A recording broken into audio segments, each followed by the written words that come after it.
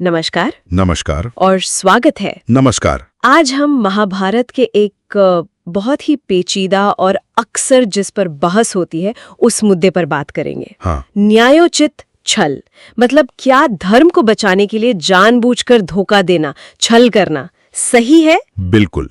और हमारा फोकस रहेगा कुरुक्षेत्र युद्ध के उस खास मोड़ पर जब कृष्ण ने अर्जुन को सलाह दी कर्ण का वध करने की। हाँ, कर्ण का वध करने की, वो भी तब जब कर्ण एक तरह से असहाय था, उसका रथ फंसा हुआ था। तो हम अपने स्रोतों के आधार पर देखेंगे कि भाई ये हुआ क्यों, इसके पीछे तर्क क्या दिया गया और इससे नैतिकता, धर्म, इन सब पर क्या सवाल उठते हैं। तो चलिए शुरू करते हैं। हाँ चलिए। तो बात है युद्ध के 17वें दिन की।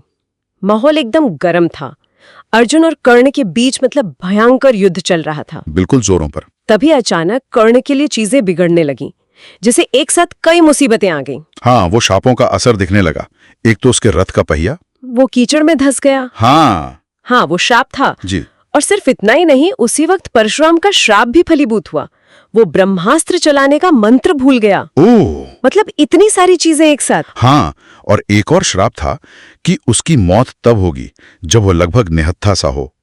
तो सोचिए, रथ फंसा है, मंत्र याद नहीं, पहिया निकालने की कोशिश कर रहा है, तो वो काफी कमजोर स्थिति में था, लाचार था, बिल्कुल एक तरह से। हाँ, निहत्था और कमजोर। तो ऐसी हालत में कर्ण ने फिर धर्म की दुहाई दी, युद्ध के नियमों का वास्ता दिया अर्जुन को। हाँ, उसने कहा कि रुको, धर्म युद्ध के नियम याद करो, जब तक मैं अपना रथ निकाल ना लूं, वार मत करो। और यहीं पर कृष्ण का वो निर्णायक हस्तक्षेप हुआ है ना। बिल्कुल। यही कृष्ण ने अर्जुन से कहा, इसकी बातों पर ध्यान मत दो, ये सब भूल जाओ और तुरंत इसका वध करो। लेकिन ये तो युद्ध नियमों के बिल्कुल खिलाफ था। मतलब एक निहत्थे या ऐसी मुश्किल में फंसे शत्रु पर वार करना, कृष्ण ने इसे सही कैसे ठहराया? क्या कहा उन्होंने? देखिए, कृष्ण ने सीधे सीधे अर्जुन को कर्ण के पुराने कर्म याद दिलाए, उसके अधर्म गिनाए। अच्छा, जैसे भरी सभा में द्रौपदी का जो अपमान हुआ था, चीरहरण का प्रयास, हाँ, उसमें कर्ण की जो भूमिका थी वो क्रूरता। हाँ, वो तो बहुत ही बुरा था। और उससे भी ज्यादा शायद अर्जुन के लिए जो सबसे चुभने वाली बात थी, वो थी अभिमन्यु की हत्या। हाँ, कैसे कई योद्धाओं ने मिलकर नियम ताक पर रखकर अकेले और निहत्थे अभिमन्यु को घेर पर मारा था, और कर्ण उसमें सक्रिय रूप से शामिल था। अच्छा, तो यहाँ बात एकदम पलट जाती है। ये बहुत बहुत महत्वपूर्ण है। हाँ, तो कृष्ण का तर्क ये था कि भाई, जब कर्ण ने खुद ही धर्म का पालन नहीं किया, जब उसने खुद इतने बड़े अधर्म किए हैं, खासकर अभिमन्यु के साथ जो हुआ, तो अब जब वो खुद मुश्किल में है तो धर्म की आड़ कैसे ले सकता है? उसका ये हक बनता ही नहीं है। हक बनता ही नहीं है। मतलब उसने वो अधिकार खो दिया एक तरह से। हाँ, कृष्ण ने कहा कि यह हत्या नहीं है, ये तो न्याय है, प्रतिशोध है, और धर्म की स्थापना के लिए ये जरूरी है कि अधर्म के ऐसे बड़े समर्थक को रास्ते से हटाया जाए, ताकि धर्म की जीत पक्की हो सके। बिल्कुल। और फिर कृष्ण की ये बातें सुनकर और शायद अभिमन्यु के साथ जो हुआ उसे याद करके अर्जुन का जो भी संकोच था वो खत्म हो गया। हाँ, उसका द्वंद्व खत्म हुआ। उसने फिर वो अंजलिकास्त्र चलाया और असहाय कर्ण का सिर काट दिया। और कर्ण की मृत्यु जाहिर है कौरवों के लिए एक बहुत बड़ा झटका साबित हुई होगी। बहुत बड़ा झटका।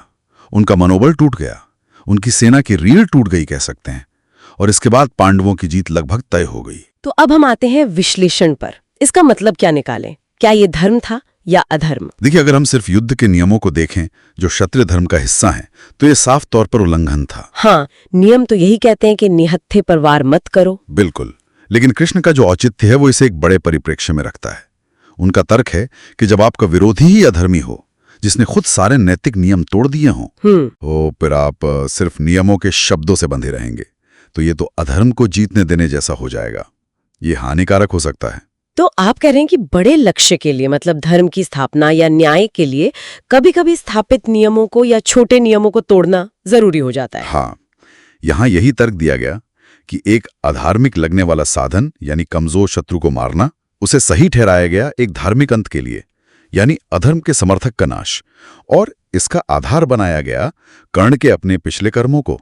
और वो जो शापों वाली बात थी उसका क्या? हाँ, वो भी एक एंगल है कि इतने सारे श्रापों का एक ही समय पर असर दिखाना, ये शायद एक तरह की कार्मिक अनिवार्यता की तरफ भी इशारा करता है, जैसे कि ये होना ही था और कृष्ण ने बस उस पूर्व निर्धारित घटना को संभव बनाया।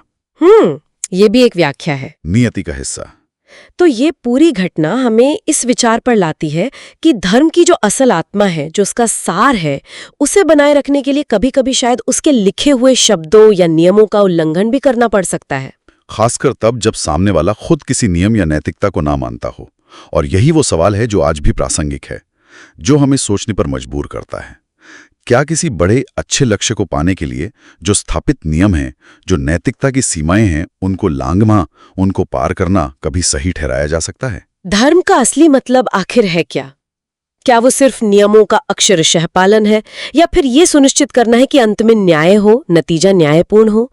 ये एक ऐसा सवाल है जिस पर शायद हमारे श्रोता खुद भी विचार कर सकते हैं। बिल्कुल, ये महाभारत की सबसे बड़ी नैतिक दुविधाओं में से एक है। तो आज के लिए बस इतना ही। हमें उम्मीद है कि इस चर्चा से आपको कुछ सोचने को मिला होगा। हाँ। अगर आपके कोई विचार है तो जरूर साझा करें। हाँ, बिल्कुल। और हाँ, अगर आपको हमारी बातें पसंद आ रही हैं तो please Wiz Vibe YouTube channel को लाइक, शेयर, कमेंट और सब्सक्राइब करना न भूलें। हम ऐसे ही और दिलचस्प विषयों पर बात करते रहेंगे। धन्यवाद। धन्यवाद।